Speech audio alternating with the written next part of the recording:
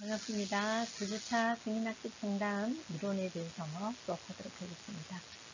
1차 시와 더불어서 이어서 8장 상담의 기초 부분에 대해서 이어가도록 하겠습니다.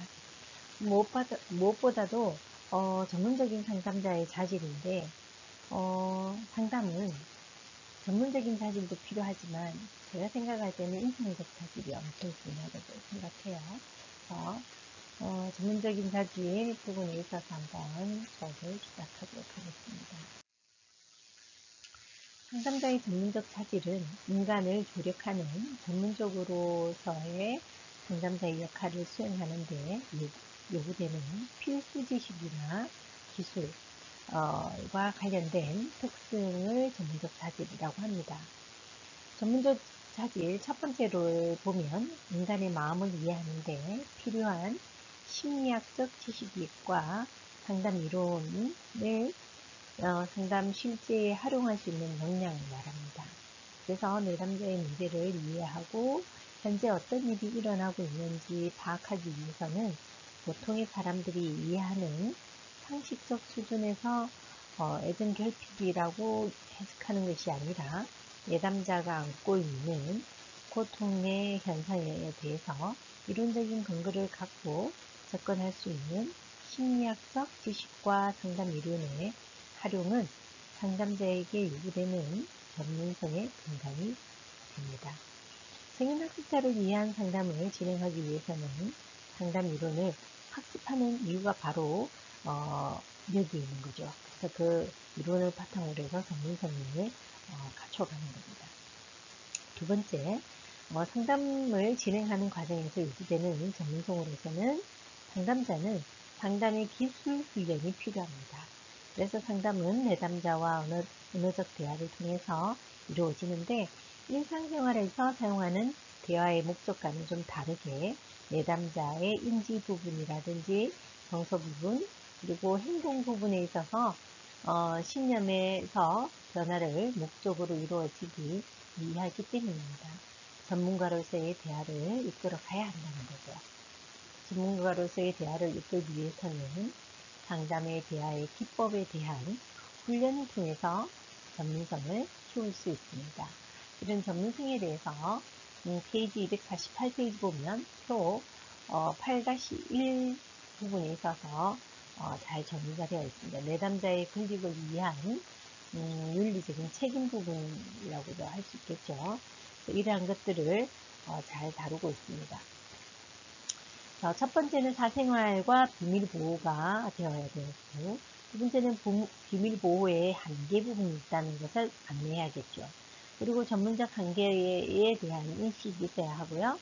내담자의 복지 부분을 우선해야 합니다.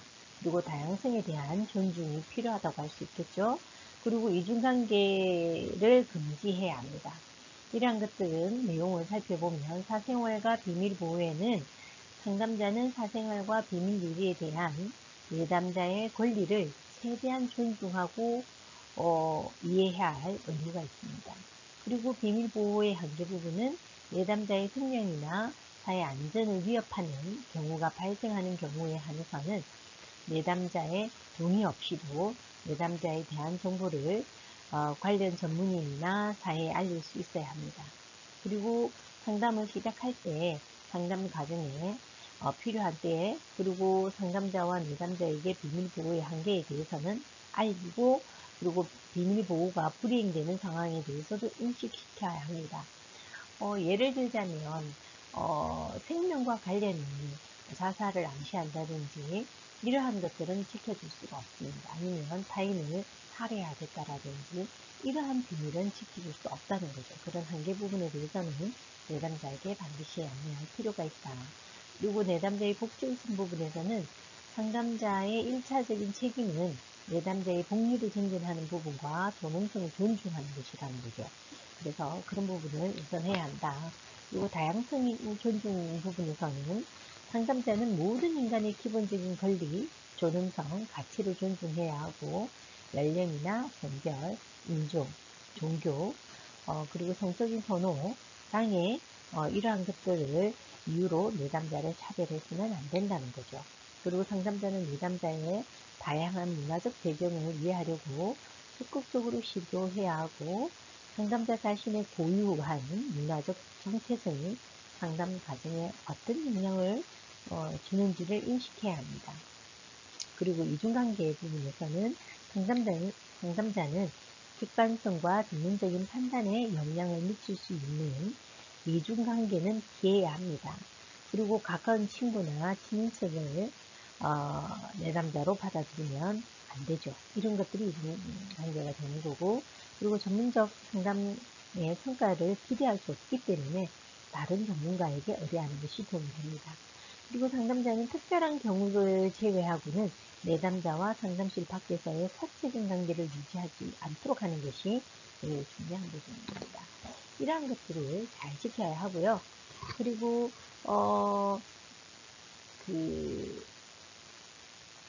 상담 전문적 자질 부분에서 세 번째는 상담자의 윤리 강령에 의한 이해와 이를 실천할 수 있는 역량이 요구됩니다.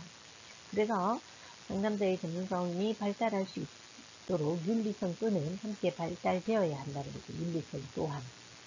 그래서 인간을 조력하는 전문적으로 상담자는 자신이 하고 있는 행위나 내담자 복지에 대해 위배되지 않는지 이에 대해서 항상 점검할 필요가 있죠. 그리고 상담자는 국가 자격증이 없기 때문에 한국상담심리학회나 한국상담학회에서 제정된 윤리 강령을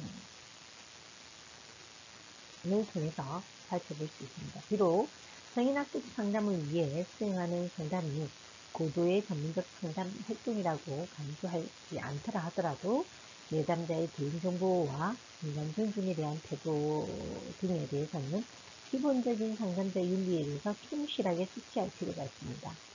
그리고 상담자가 내담자의 이익과 보호를 위해서 지켜야 할 대표적인 윤리적 책임으로는 사생활과 비밀 보호, 그리고 전문적인 관계 인식 부분, 그리고 내담자의 복식성과 다양성 존중, 이중관계의 금지 등 이러한 것들을 잘 활용해야 한다는 거죠. 그리고 상담의 대화 부분에서는 대화의 구조는 언어 및 비언어적인 상호작용을 통해서 이루어진다고 보시면 되겠습니다.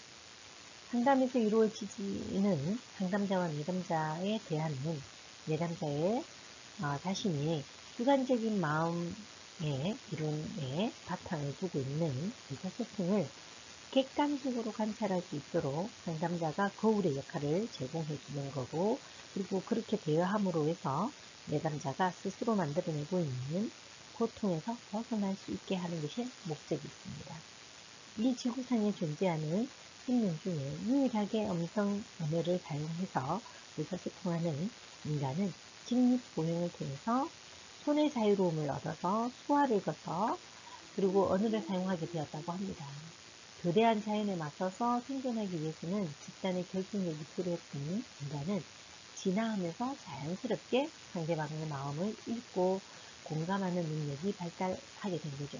그래서 타인과 의사소통에서 효율성을 가져온 반면에 지나치게 자신의 마음의 이론에 빠져서 오히려 주관적인 언어와 추론을 통해서 상대방을 자기 방식대로 해석하거나 이해해버리는 정신질환을 앓게 될 수도 있는 확률이 높아지는 대가를 치르게 되었습니다.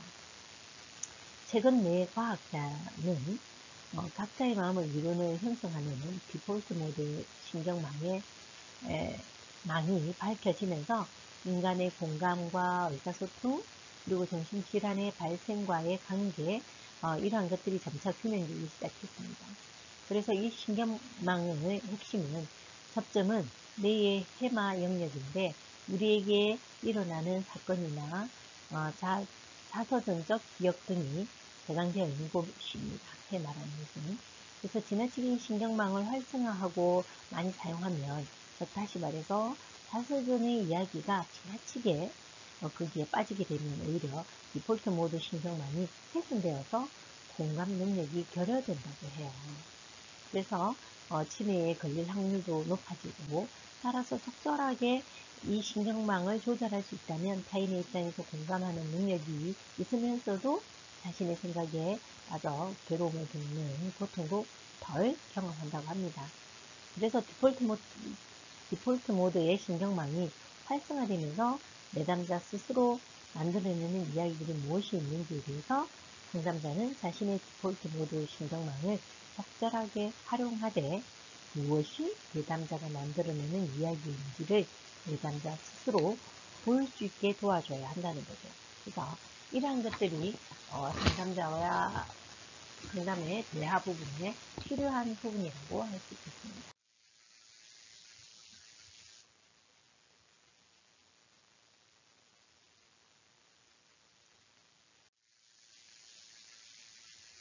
그리고 상담이 진행되는 상황이나 내담자의 발달적 단계를 해결해야 하고, 그리고 그 상담 문제 내용이나 특성에 따라서 상담 방법이라든지 과정이 달라진다는 거죠. 그래서 면접 형태를 살펴보면 면대면 상담이나 전화를 하는 전화 상담, 또 인터넷이나 컴퓨터를 통해서 하는 온라인 상담 등이 있겠죠. 또 상담 진행 방법에서는 언어를 활용하는 거라든지, 그리고 가족 치료를 한다든지, 그 다음에 놀이를 통해서 치료한다는 거라든지, 음악이나 이런 것들을 이용해서 치료를 하는 거, 미술과 관련한 그림이나 이런 것들을 이용하는 미술 치료, 그리고 모래를 활용하는 놀이 치료, 그 다음에 사이코드라마 역할극을 하는 것들이 있다고 봅니다. 그리고 내담자의 조회 수준은 보통 상담하고자 하는 주요 내용은 학업 상담이라든지 진로 상담, 대인관계 상담, 동상담, 부부 상담, 가족 상담, 그리고 도박 중독 상담, 위기 상담 등이 있습니다. 그리고 개인 상담이 있고 집단 상담이 있습니다. 상담이 진행될 때에는 상황이나 내담자의 발달적 단계를 해결해야 할 상담 문제의 내용이나 특성에 따라 상담의 방법이나 과정은 달라지기 때문에 다양하게 분류되어 있죠. 그래서 조금 전에 설명드렸던 면대면, 면접, 그 다음에 치료와 관련한 치료 상담, 그리고 내담자의 발달적 특성에 따라서 아동이나 청소년, 대학생, 성인, 노인, 가족, 상담 주제에 따라 달라지겠죠. 그래서 학업 여류는 학업 상담, 진로 부분이 여러 가지 상담으로 분류되어 있습니다. 그래서 상담을 내담자 개인을 상대로 하느냐, 아니면 집단으로 하느냐에 따라 또 집단과 개인 상담으로 나눠지고 있죠. 이렇게 볼 때 성인학습의 상담은 면접 형태에서 따라서는 면대면 상담과 전화상담, 온라인 상담 모두를 포함할 수 있을 것이고, 상담은 주로 음성으로 언어를 이해한다고 보시면 되겠습니다. 그래서 내담자의 발달 특성상 성인이나 노인에 해당되면 노인과 성인 상담이 되고, 또 주제로는 학업과 더불어서 성인기의 진로 전환과 관련된 상담으로 분류할 수 있습니다. 그럼 이러한 상담 유형에 따라서 목표는 어떤 것이 되어야 되는지 살펴보도록 하겠습니다. 상담의 목표는 상담에서 내담자가 기대하는 욕구와 상담자 자신이 지향하는 상담 이론과 이러한 이론과 철학, 이 두 가지 측면에서 고려되어야 합니다. 상담 이론에서 상담이 지향하는 목표가 달라질 수는 있지만 상담이 추구하는 목표에 대해서는 어느 정도의 합의가 이루어지고 있다고 봐야겠죠. 그래서 패터슨이라는 학자는 이론마다 상의할 수 있는 상담의 목표에 대해서 궁극적인 목표와 가정 목표, 그리고 즉각적인 목표를 분류해서 상담의 목표를 정리하고 이를 토대로 해서 상담의 목표를 정한다고 합니다. 그래서 궁극적인 목표에서는 상담 활동이 궁극적으로 지향하는 목표는 내담자의 전인적인 발달과 자아 실현으로 설명할 수 있습니다. 근본적으로는 이 목표들은 오랜 시간에 걸쳐서 얻을 수 있는 목표일 수도 있겠죠. 전인적인 발달이라는 것은 지식을 넘어선 지혜를 키우고 또 나 자신에서 벗어나서 타인을 배려할 수 있는 마음의 덕을 함양하고 이것을 실천하는 지덕체의 고른 발달과 성장을 의미합니다.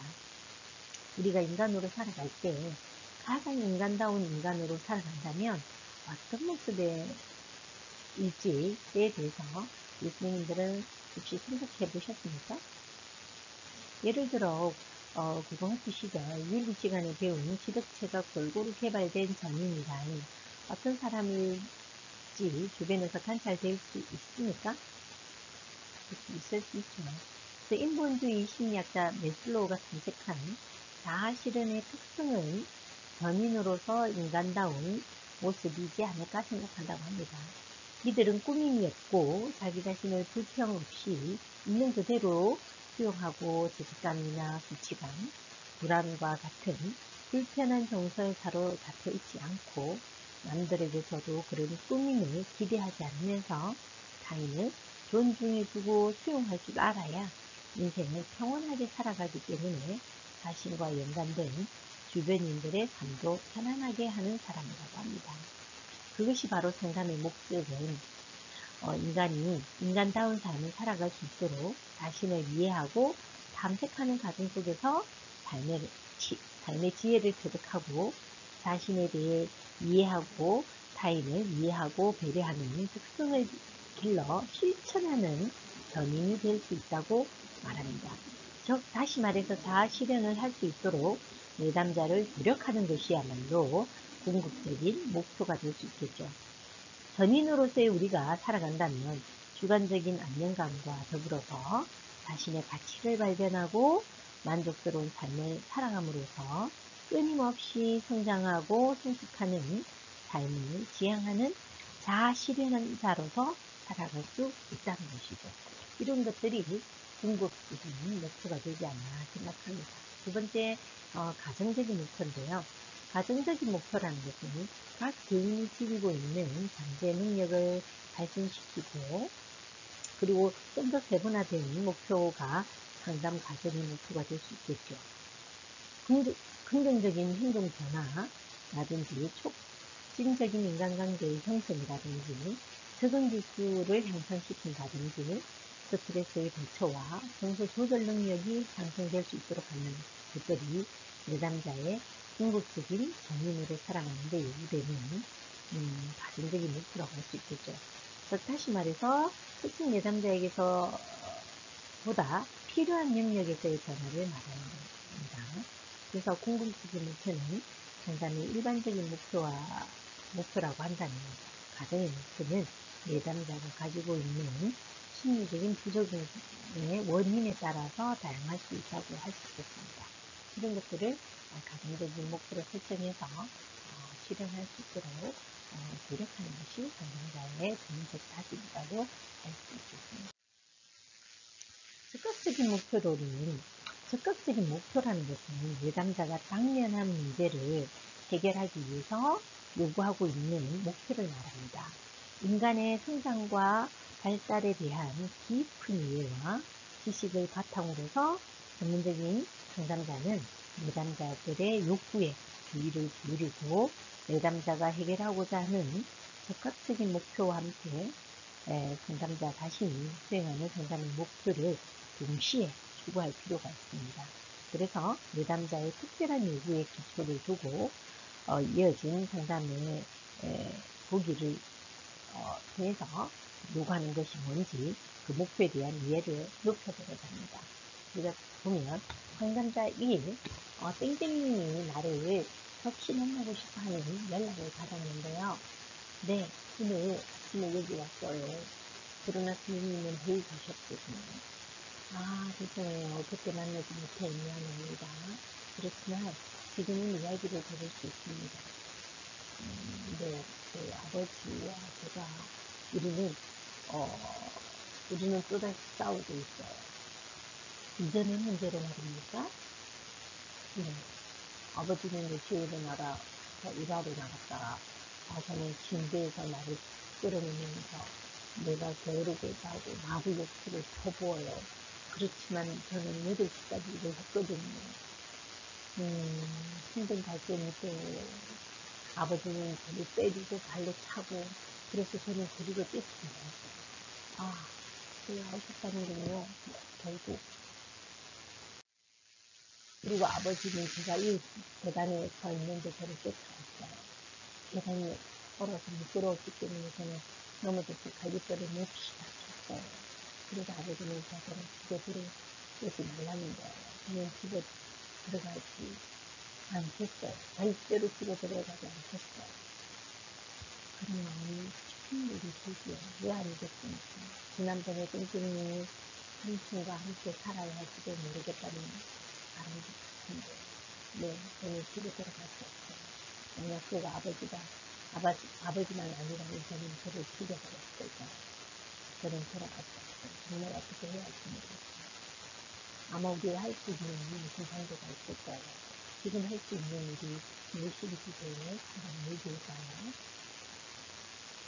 이런 내용이라면 상담 목표는 내담자의 사생활에 초점을 두고 즉각적인 문제를 해결해야 하는 것들이 상담의 과정이면서 즉각적인 목표가 되겠죠. 그럼 내담자의 상황은 어떤가요?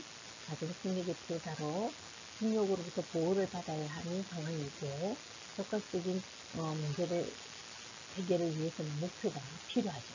그럼 상담 과정에서 상담자는 내담자가 어린 시절부터 성인이 될 때까지 받아온 폭력으로 인해서 상처로 비롯된 대인관계 위축과 결여된 자기 가치감을 살펴오게 되는 과정의 목표를 세울 수 있습니다.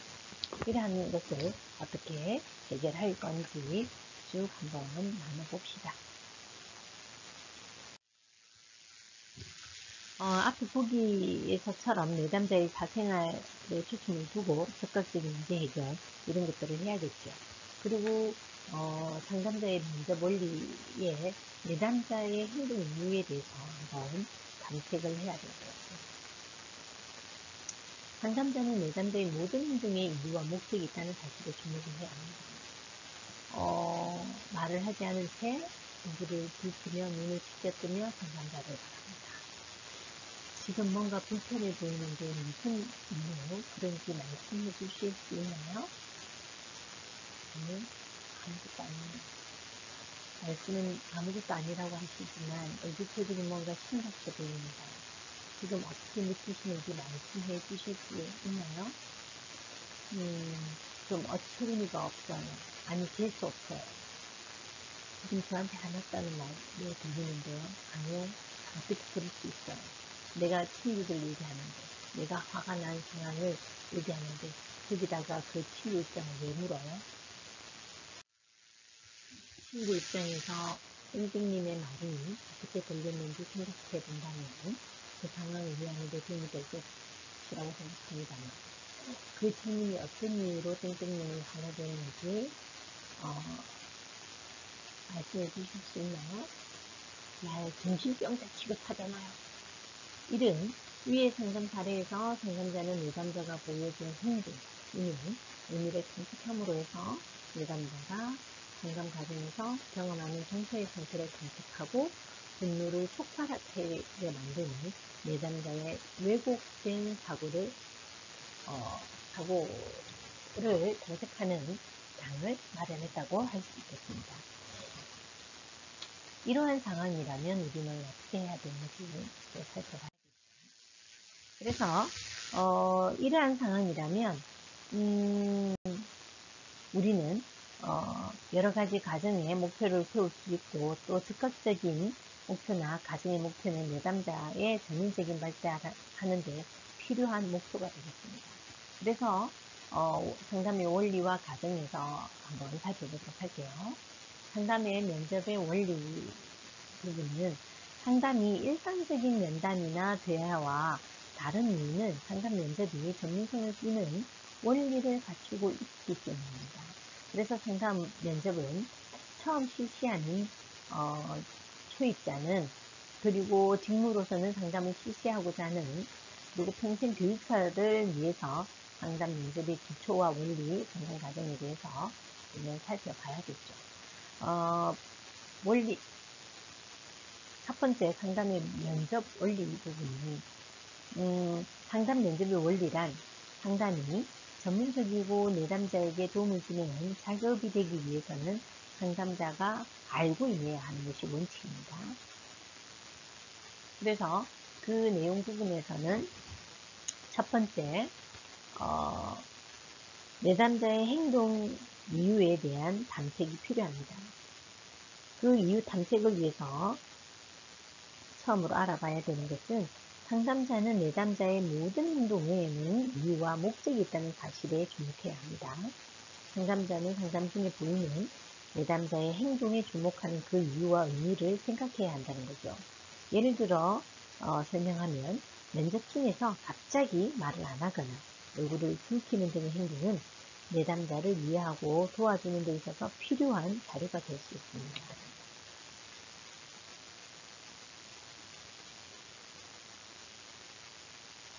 우리 앞서 제가 그 사례를 읽어드렸죠.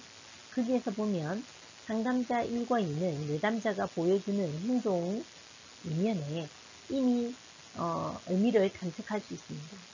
내담자가 상담 과정에 경험하는 정서 상태를 탐색하고 분노를 촉발하게 하는 내담자의 왜곡된 사고를 탐색할 수 있는데요. 그런데 만약 내담자의 비언어적 표정과 행동 등에 대해서 감지하지 않고 계속해서 내담자와 친구들이 있었던 상황에 초점을 두고 말을 하게 된다면 상담 과정이 매끄럽지 못했겠죠. 그러한 것들이 있고, 두 번째 내담자에게 미치고 있는 상황에 대한 상담 대화의 영향에 대해서 탐색을 해야 합니다.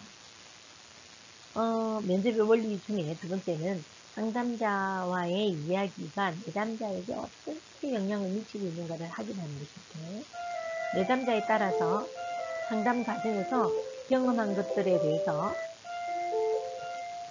적극적으로 피드백을 하고 자신의 내면을 표현하기도 하고, 하지만 그렇지 않은 경우가 있다면 내담자는 이러한 것들을 정확하게 이해하지 못한다고 할 수 있겠죠. 그래서 상담자는 내담자의 내면에서 어떤 변화를 경험하고 있는지에 대해서 정확하게 이해하는 것이 필요하다고 할 수 있겠습니다.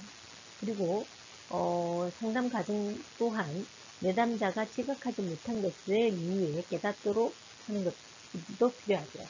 이러한 과정이 그 내담자의 생각이나 정서, 행동 등의 새로운 반응들이 있는지를 살펴봄으로써 상담 진행 과정을 좀 더 성공적으로 이끌 수 있습니다.